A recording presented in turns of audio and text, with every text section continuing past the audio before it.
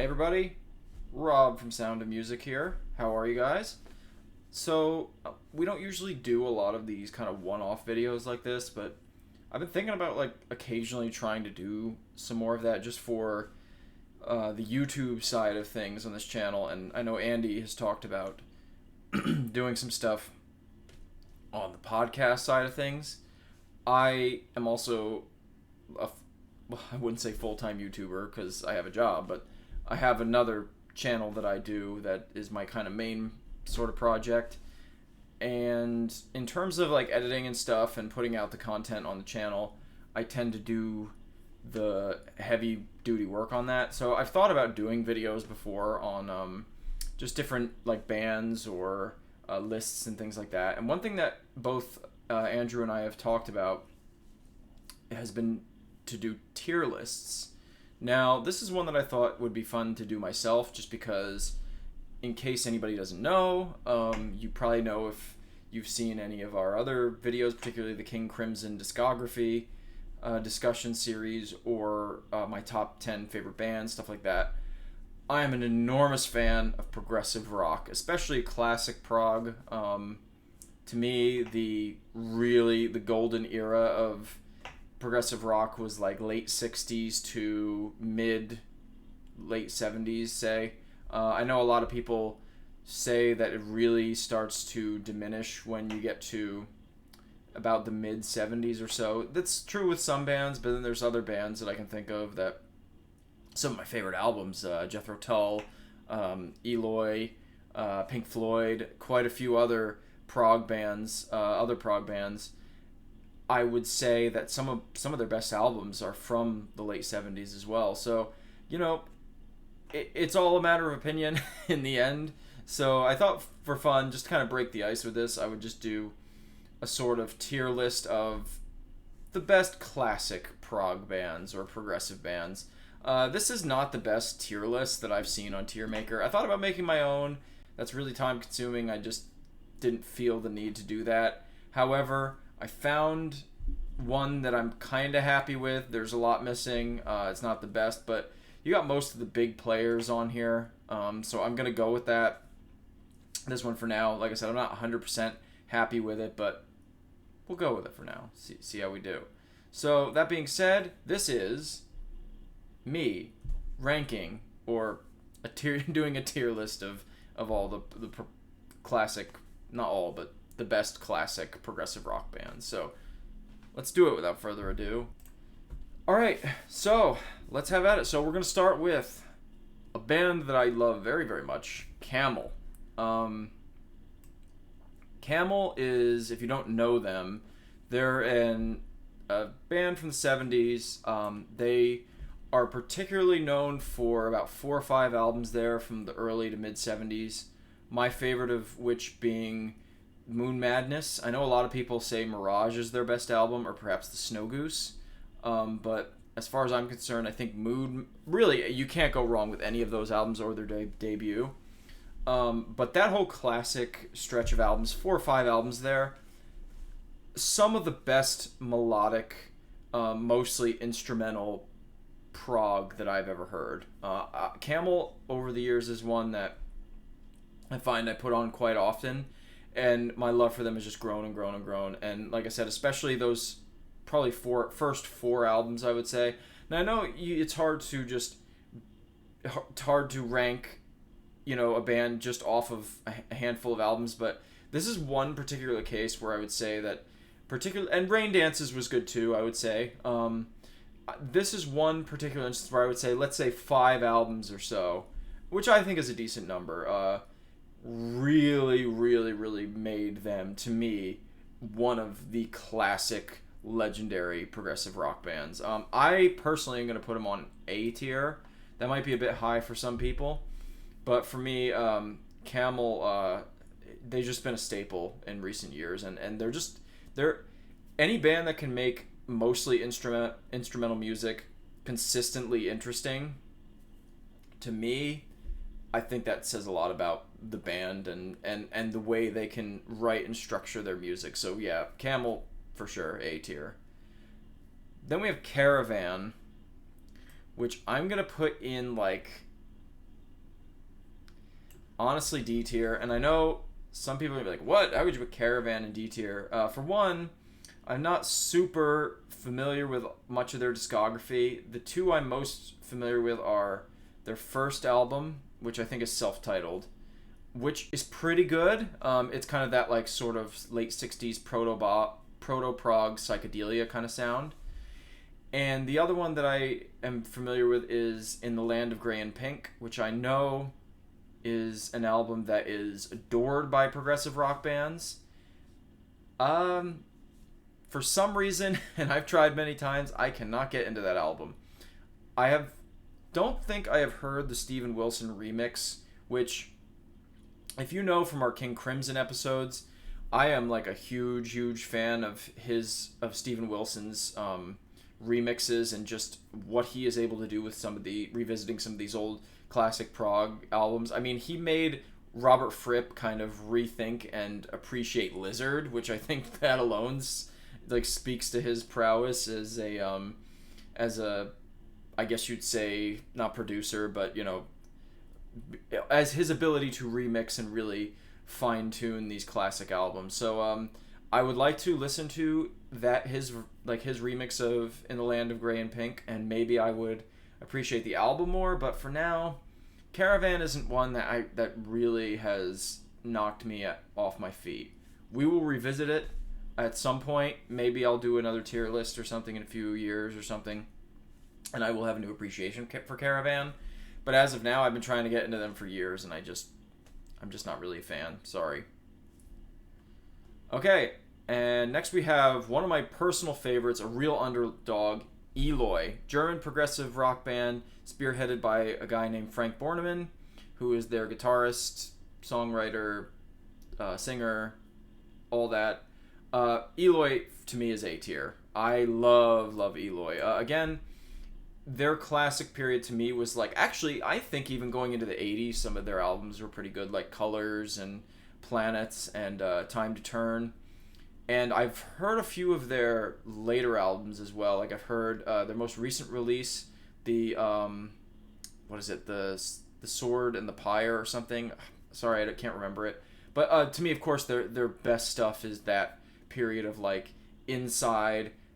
Floating is one of my favorite prog albums of all time. Power and the Passion, Dawn, Ocean is amazing. Another one of my favorite progressive rock albums of all time, and Silent Cries and Mighty Echoes. Any of that like 70s period Eloy, you can't go wrong with. There was several lineup changes during that period, but all of the musicianship to me is top notch. They're kind of, to me, they kind of capture that atmospheric side of Pink Floyd, but they really add the melodic side of bands like Yes or and the instrumentation too. I would say the musical prowess of like Yes, King Crimson, Jethro Tull, those classic prog bands. I think really if you haven't listened to Eloy, you're missing out. You're really missing out because they are amazing, and they really weren't even known, as far as I know, at all in the 70s over here in the West, because they were pretty much a local sort of affair. I think they were a little popular in other European countries, but Germany, they were like huge in Germany, and it hasn't been really until the last maybe decade or two where they've really, as progressive rock has kind of had a resurgence, and with the internet and everything and everybody discovering all these old bands, I think Eloy is really coming into their own in terms of just people having a new appreciation for them. So yeah, Eloy is amazing. I love them. Listen to Eloy. Emerson, Lake, and Palmer. I'm going to give them a B tier. There's some people, they're a very divisive band. They're a band that a lot of people either love or hate. For me, I would say I'm actually kind of in the middle. I really love some of their albums, and I really am not a big fan of some of their other albums. I think their debut is their best album. I really love the self-titled Emerson, Lake, and Palmer. What do we have? Take a Pebble. What do you have? Of course, you have Lucky Man. All kinds of there's that whole album. It just back to front, amazing stuff. A lot of times, there are bands that come out and that first album, for some reason, they can't ever do better than, you know. I think ELP came close with other albums. Like, I also really love Trilogy. I'd say that's probably my second favorite. A lot of people like Tarkus. I'm coming around to Tarkus in recent years, but I it's still pretty bloated to me. And of course, Brain Salad Surgery is probably about as far as I go with them. I've heard some of Works. I actually had a cassette tape of Works randomly, and it's just too. It's too much. It's too much musicality, not enough like soul, I guess is what you would say. Not enough melody for me. And I can appreciate that to a certain degree with certain bands, but sometimes ELP just goes a little over the top. They're the big band that people say got super pretentious and pompous and all that. And then maybe so. I still think they have a lot of good stuff, and I particularly like a lot of Greg Lake's sort of ballady stuff too. So ELP has a lot of really good stuff, but I don't love everything by them. So they warrant a B tier. Next, we of course have the legendary Genesis.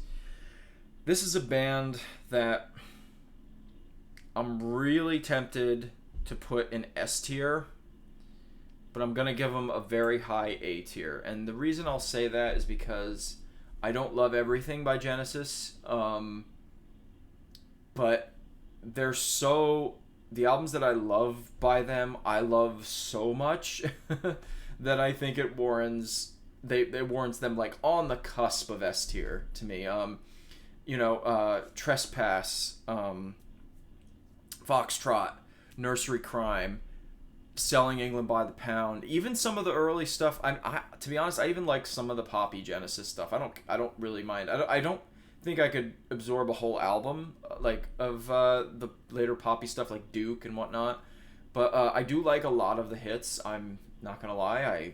I think they wrote some great pop hits, and I also think probably the most underrated part of Genesis' career is the early albums right after Peter Gabriel left, when Phil Collins took over vocals, because a lot of people blame Phil Collins for Genesis becoming more commercial, which I don't think is fair. I actually really think, and especially a lot of Prog fans know, that the big shift was when Steve Hackett left, which would have been after Wind and Wuthering. So I think that album and Trick of the Tail particularly are underrated, and that to me, that whole period between like Trespass and about Wind and Wuthering, or very least, Trick of the Tail is amazing stuff. Some of the best prog I've ever heard.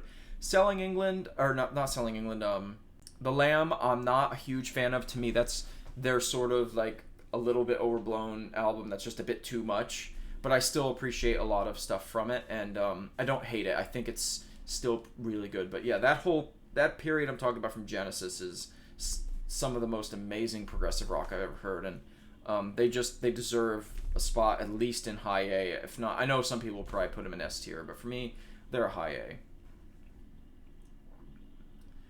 Man, it's getting tough. For these guys, Gentle Giant is becoming a band that they're really becoming one of my favorites. There's especially a couple of albums of theirs that I like really love, especially the album Octopus, which I hated the first couple times I heard it, and now I think is one of the greatest albums of all time. In terms of their whole discographies, though, where would I put them? God, I don't want to put too many in A tier, but they're going. Gentle Giant is going right in A tier. I don't care. I think Gentle Giant is fantastic, underrated band. They're getting their comeuppance at this point. I think a lot of prog fans really appreciate Gentle Giant. I think Three Friends, The Power and the Glory. Power and the Glory. I was thinking Power and the Passion because of Eloy.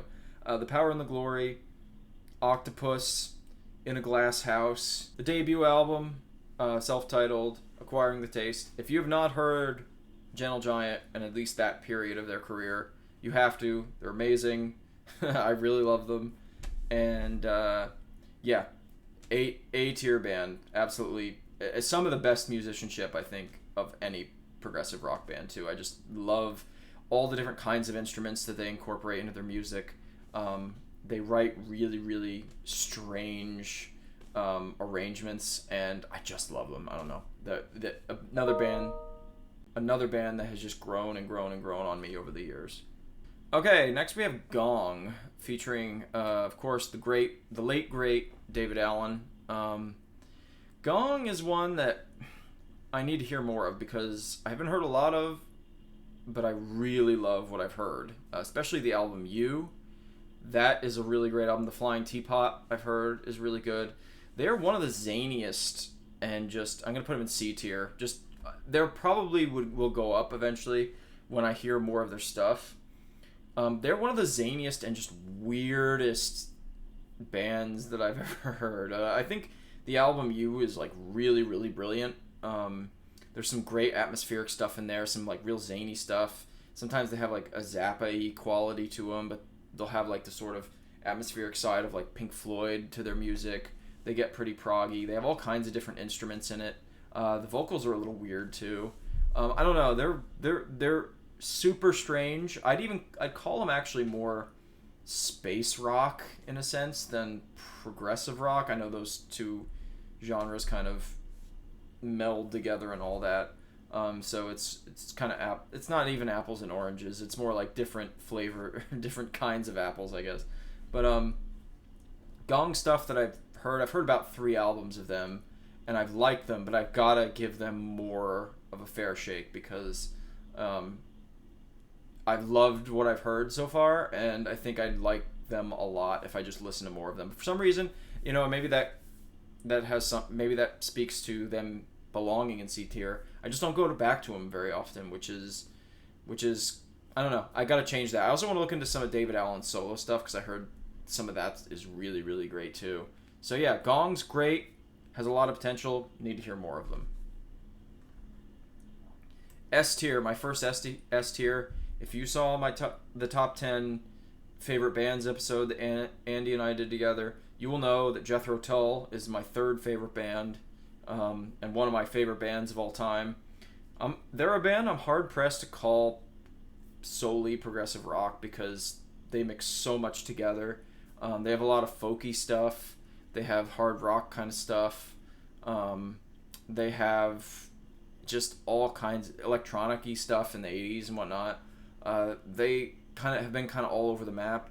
I think Ian Anderson is a super, super underrated songwriter. I think he should be in the same conversation as guys like Bob Dylan, Neil Young. I think he's just an excellent, excellent songwriter.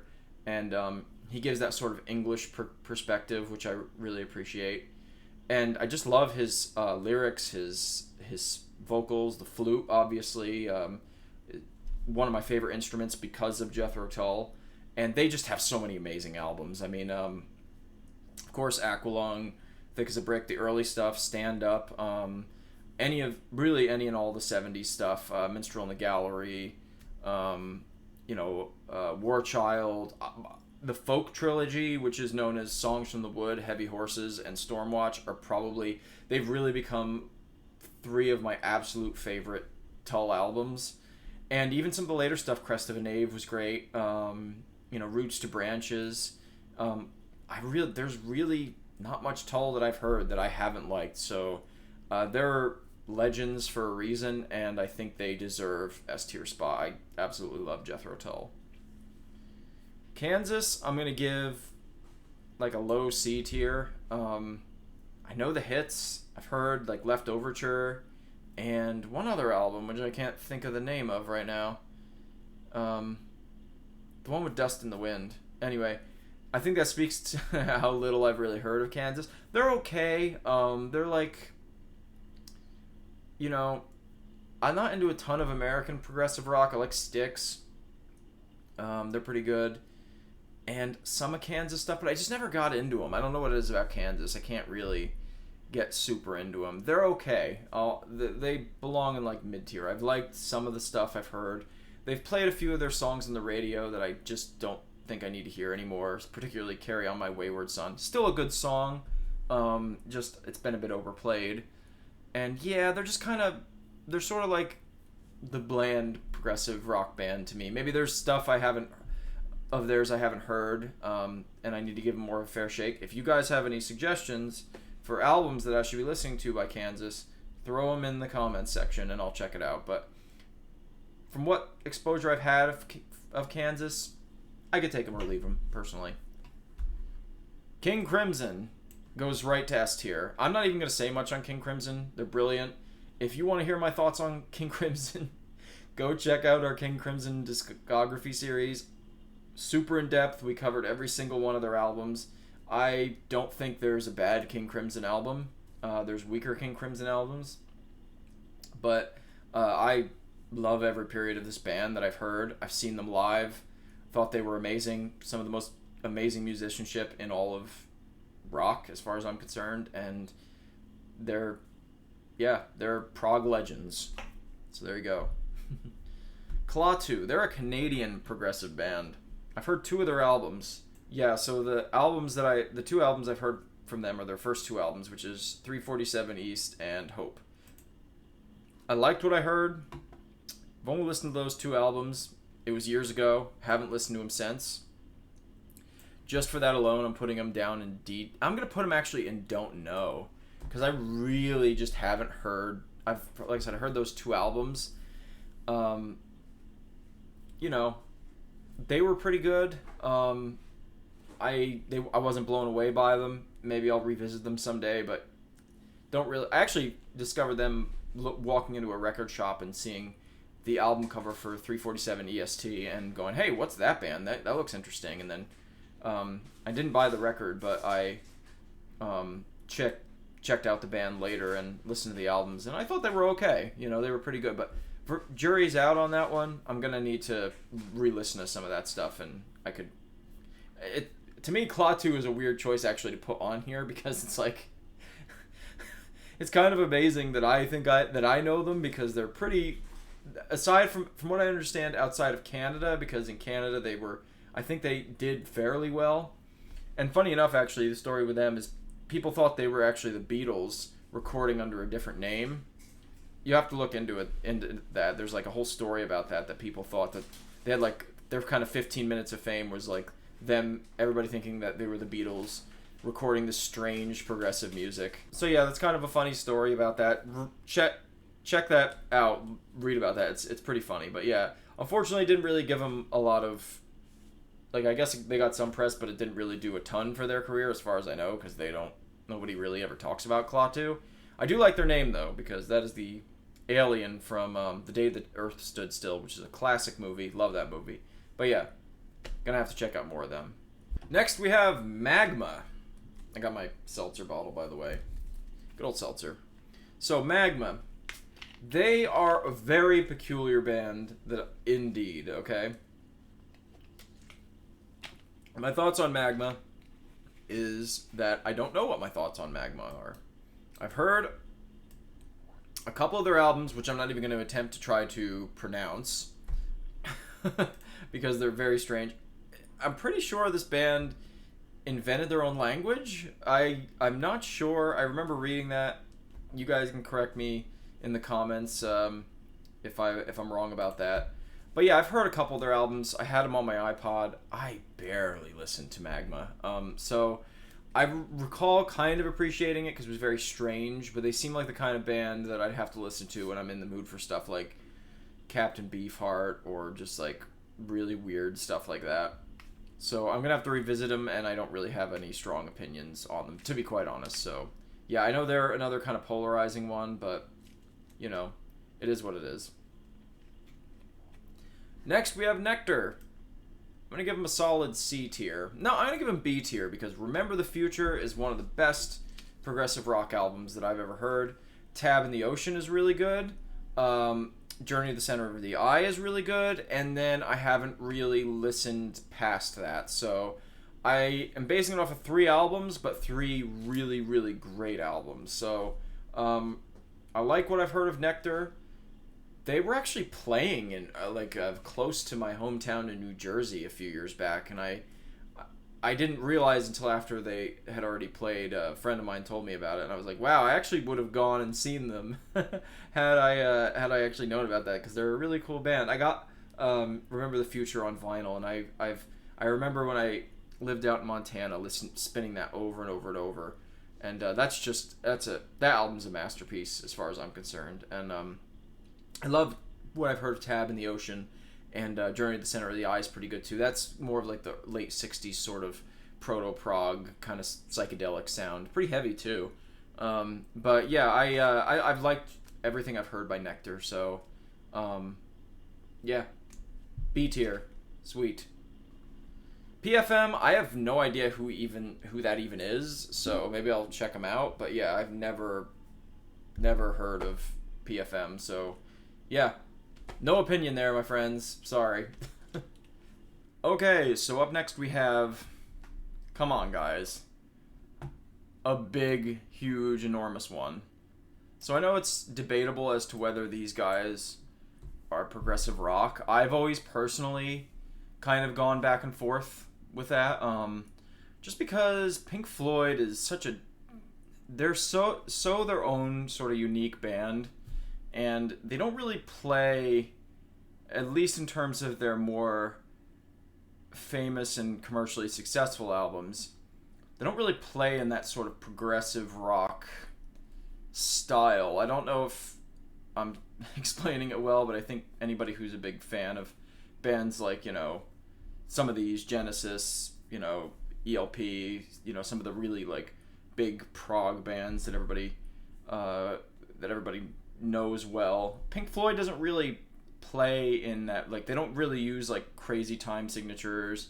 The musicality isn't like quite on the same level, but in terms of, and especially like their early stuff, and even like really to me their post Syd Barrett stuff, like the couple albums afterwards, like Saucerful of Secrets, Umaguma, Atom Heart Mother, that kind of stuff, that's when they really were at their most experimental. And you could also argue Dark Side of the Moon, even though that's their first really big commercially successful, at least globally commercially successful album.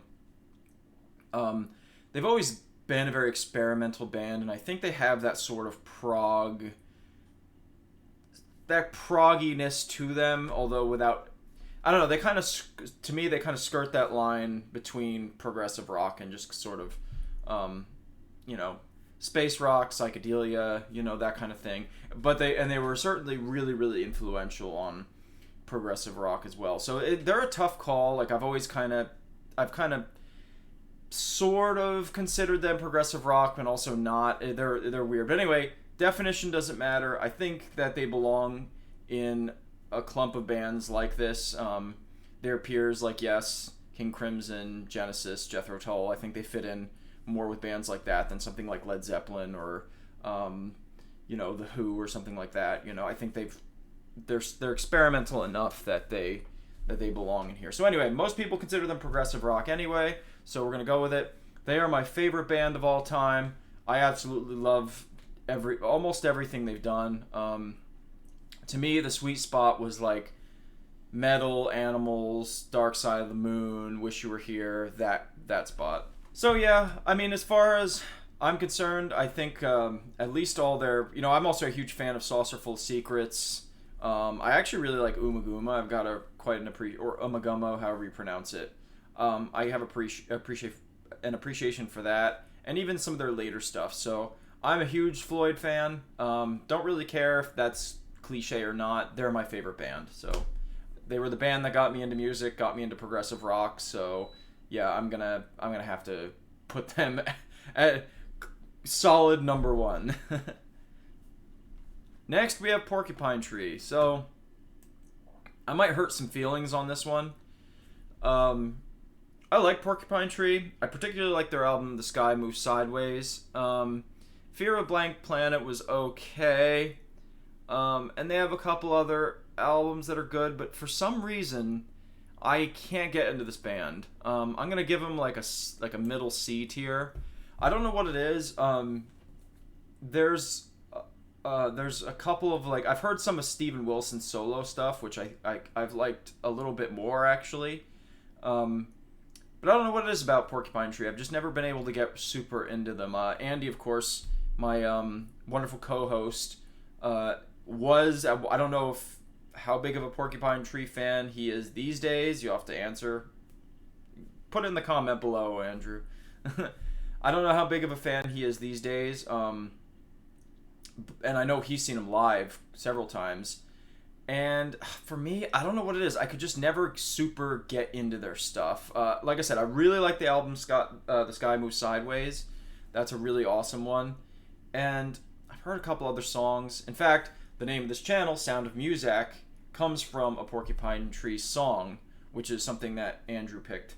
I don't dislike the band. I just never could really get into them. They're a band that I've tried, and I'll probably keep trying to listen to their stuff, periodically, but I just can't, for some reason, get into them. So, sorry, you Porcupine Tree fans. I do love Steven Wilson, as I talked about. I love all of the remixes he's done for many of these bands. He did all the King Crimson ones. He's been doing all of Jethro Tull's discography. He's done quite a few of the Gentle Giant albums. He even did some Yes albums. He did not Close to the Heart, A Farewell to Kings by Rush. So he's done quite a lot of stuff. I think he's amazing at that. And I think he's a great musician. But I just can't, for some reason, get into Porcupine Tree. So if anybody thinks there's anything else by Porcupine Tree that I should check out, again, leave it in the comments below, and I'll definitely check it out. So yeah, they're kind of middle of the road for me. This isn't showing up for some reason. Oh, there we go. It wasn't showing up on the black screen. This is Renaissance, who I'm gonna give I'm gonna put under Gong and above Porcupine Tree. Renaissance is a band that I'm not super familiar with as well. I have heard the album Scheherazade and a few select tracks off of a few of their albums. Their song Kiev is really, really good. I was just listening to that the other day, actually. I've got a big mix of I'll put it in the description below, a link to it. I have a really, really awesome just kind of random playlist that I called Prog Britannia that is on Spotify that I put on, and it's just got tons of songs of a lot of these artists, at least the British ones. And I put a bunch of just random Renaissance songs on there, and I've heard a lot more of them in like the last year or so, and I've really, really, really liked what I've heard. So they're a band that I really need to go through more of their discography. I do like Scheherazade a lot, and there's another album of theirs too that I can't think of at the moment. Maybe I'll put like a little image of it here or something.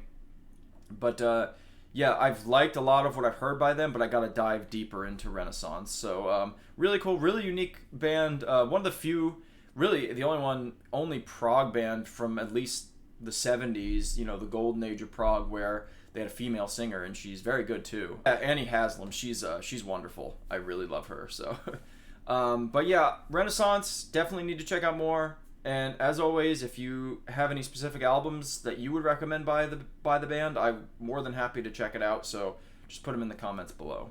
Okay, come on. To me, another little bit more prolific Canadian progressive rock band. And of course, Rush. I've seen them 3 times. That band is part of me. Like, that band is embedded into my soul. Geddy Lee, Alex Lifeson, and Neil Peart, 3 of the greatest musicians in rock. My friend Kevin said to me once that there's no such thing as a bad Rush album, and I tend to agree with that. There are weaker Rush albums. There are definitely albums that I would say I can't hear all the time, but I've not heard a bad Rush album. That's my opinion. I'm a Rush fanboy. I love everything from the debut all the way to Clockwork Angels. In fact, I think, if they're, with Neil Peart's passing, if they're done forever, I think Clockwork Angels was an amazing high for them to end on, because I was of the opinion it was the best album they've done since Moving Pictures.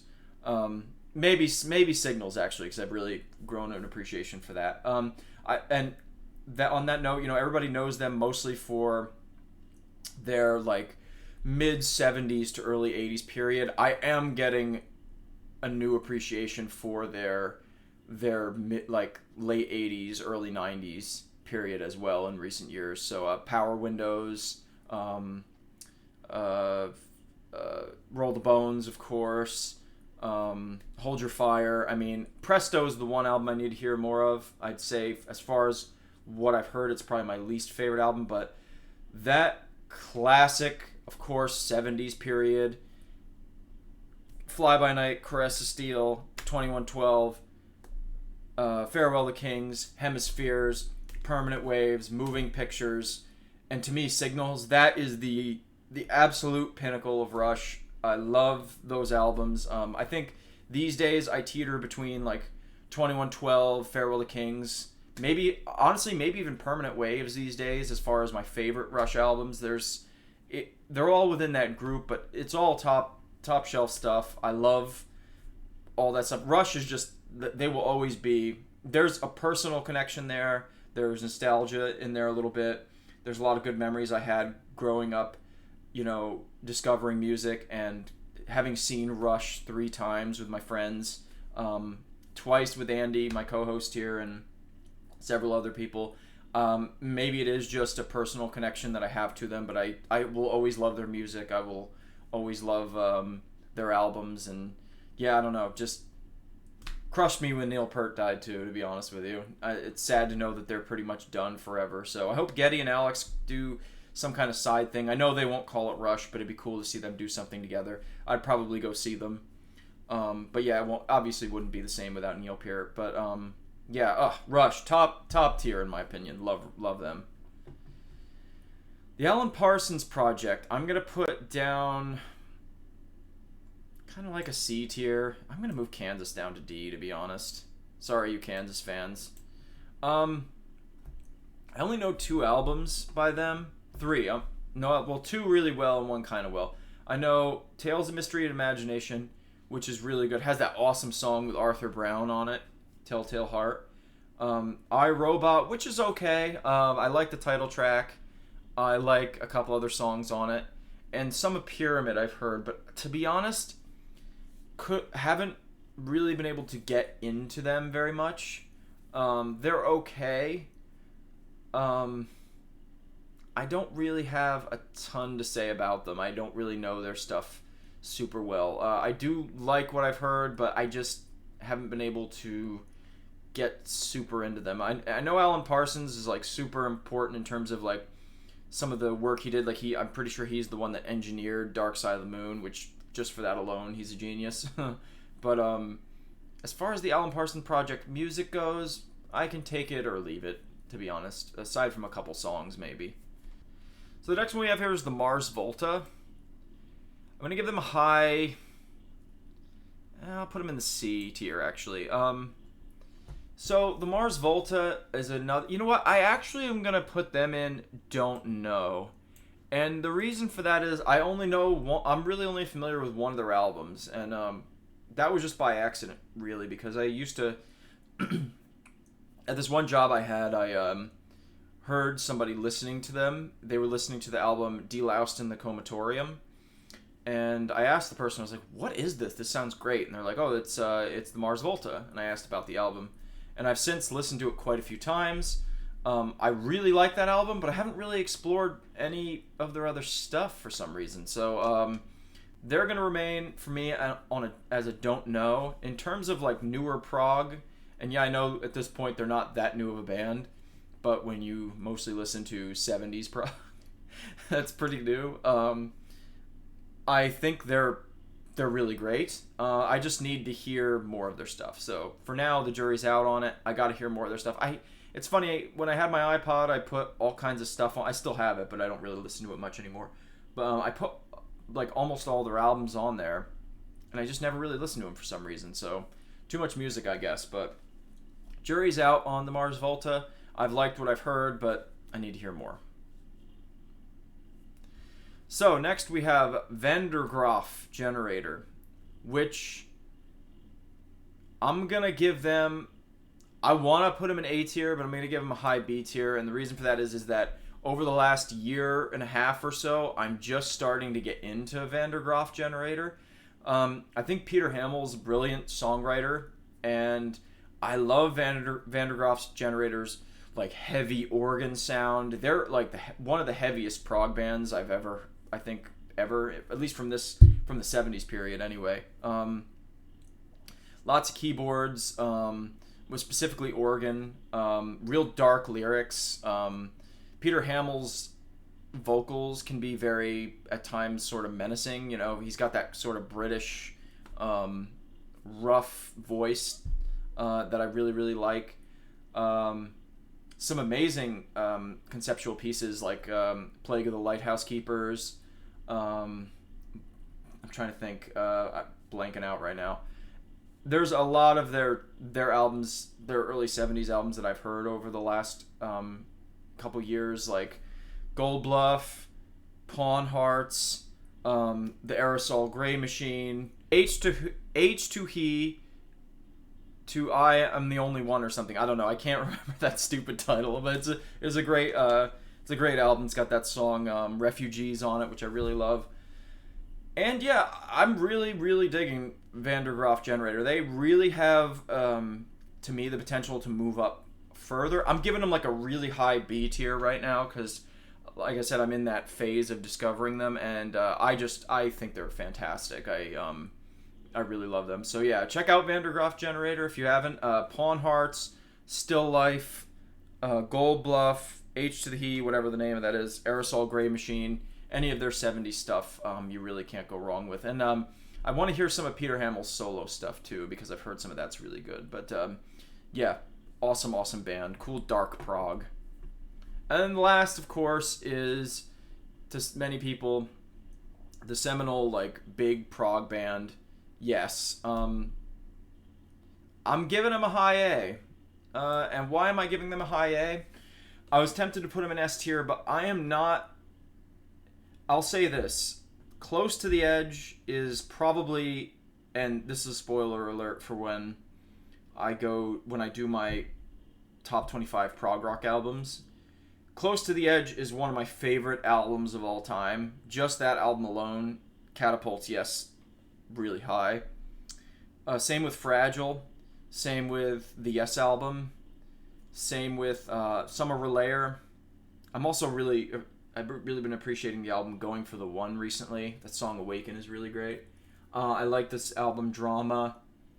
I want to revisit, especially since I found out that there's a Steven Wilson remix of Tales of Topographic Oceans, because that's such a huge, dense album that I like that he kind of broke it up a bit.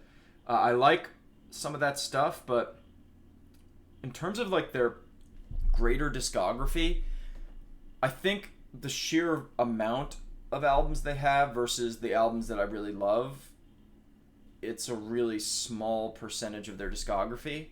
So, but that being said, the stuff that I really like, I really, really like. I love it. So I think they're just shy of S tier for me, or Yes tier. Haha, I'm sorry, so stupid. They're just shy of S tier for me, but they are still one of the greats in progressive rock. You know, John Anderson, Steve Howe, Chris Squire, Bill Bruford, the great, of course, Rick Wakeman, Alan White, Tony Kaye. They've had so many great musicians kind of come in and out of that band. And like I said, I have a real appreciation for a lot of that, especially mid-70s material, but I just don't know their entire discography very well, and there's been Yes that I've heard that I don't like as much, and certainly doesn't blow me away like something like Close to the Edge is really the pinnacle of Yes for me. That album is one of the, I'm guessing if I were to do like a top 10 at least albums of all time for me, Close to the Edge would be on that. And I think for that alone, Yes really moves up in the ranks for me, but they're not quite an S tier band, not like some of these other ones. So yeah, they're high A, and I think that actually wraps up this prog tier list. There's one glaring omission here that I want to say would go in S tier, and that's Frank Zappa, because I'm a huge Zappa fan. I thought he was on here, but I guess he's not for some reason. I put him right up on top S tier, right maybe between Tull and King Crimson or something. Just love Zappa's stuff. I've heard a lot of his stuff, early Mothers, the mid-70s stuff, his instrumental work. Just Zappa was a genius, and he belongs right up there in S tier. But as far as the rest of the list, I'm looking here. I think I'm pretty satisfied where everything is sitting as of now. There's other artists that are missing. I noticed that the Soft Machine isn't on here. I would put a band like the Moody Blues on here. They're more like prog pop kind of, but I think they still deserve to be on this list. There's a few others that I can think of, but this was the best tier list that or group of bands that they had as a tier list that I could find. I'm pretty happy with where everything's at, and yeah, that's my tier list of what I would put like some of the more famous progressive rock bands. What would your tier list look like? What bands are missing?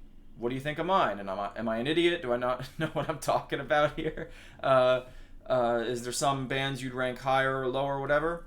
Let me know in the comments below, and thanks for watching, guys. Keep an eye out. Pretty soon, I've been wanting to do this for months and months and months, but I want to make it more of I want the production on the video to be a little bit better, and I really want to do my top 25 favorite progressive rock bands. So if you guys are into that, keep an eye out for that. Did I say progressive rock bands? My God, my brain. My top 25 favorite progressive rock albums, which I did put together. I have the whole list. I just got to actually make the video. So hope you guys will, keep an eye out for that in the future. Stay tuned to the podcast. We're going to be recording more stuff soon. Thank you for watching as always. Peace, everybody. Bye.